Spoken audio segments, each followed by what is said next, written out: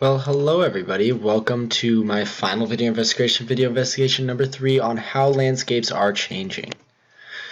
So we hop right into weathering and erosion. So weathering is changing the look or wearing away by exposure to air, strictly air, and then erosion is going to be the process of eroding or breaking down a material by water, wind, or other natural agents. So at the top here, you're going to see some weathering, that rock cut in half, cracked, and then you're going to see erosion on the bottom where this coastline has been eroded, torn away from the edge there and pulled back into the water. That's done by the water and other elements such as rain.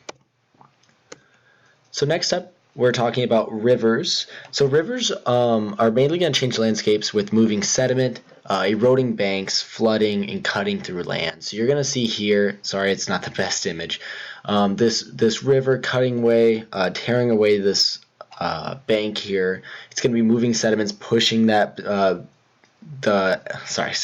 pushing that dirt and other sediments that it tears away from here, pushes it downriver to other areas and throws it there. And there's going to be flooding where the riverbanks rise, pull stuff back into the water when they recede, and then you're going to see cutting through land, the water going pretty much wherever it wants. It can cut through pretty much anything in any rock or ground. And a fun example is out of the cabin. I have a cabin up in Iowa. My parents own it.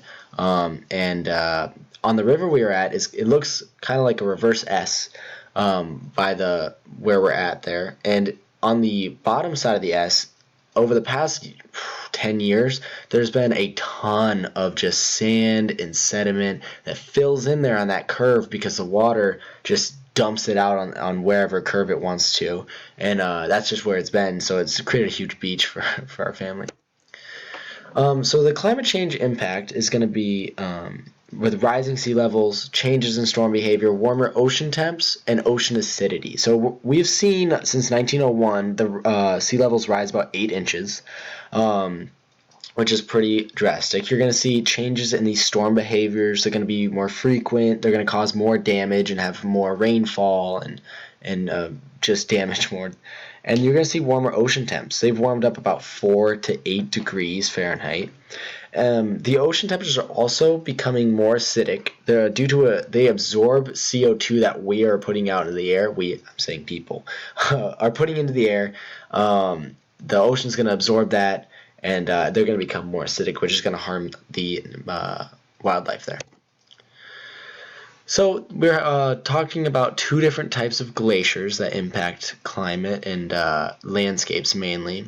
So we have the Alpine Glacier at the bottom left here. Those are going to be on your mountains. They're smaller glaciers, and they have a bowl shape. You're going to see those on the tops of mountains mainly. And then you're also going to see on the right side, that is a continental glacier. And the continental glaciers are going to be a much larger sheet of ice. You see these north and south poles by Greenland. They're huge, massive, massive sheets of ice.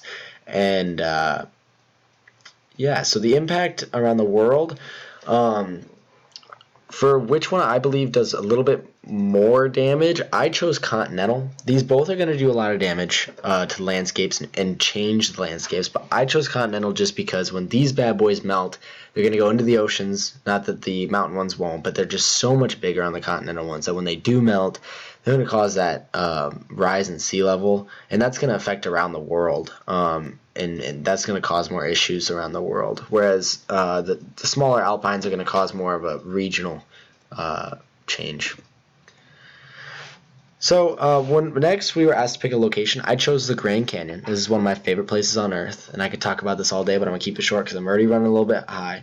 But this is affected by wind. You're going to see those winds blowing away sediment. You're going to expose the sedimentary rocks. And then the Colorado River is going to cut through those rocks and cut through all that volcanic rock and sedimentary rocks and form this massive, massive canyon. It's so big you can barely even see the river until you get down to it. This is a picture of me on the last spring trip. I just went there over Thanksgiving break again to go see it, but great trip, and yeah, it's a very, very amazing day. If you haven't gone, highly recommend it. It's something to cross off your bucket list. There's my work cited. I appreciate you listening. I know I went a little bit long, but I really appreciate it. We'll see y'all in class. Bye-bye.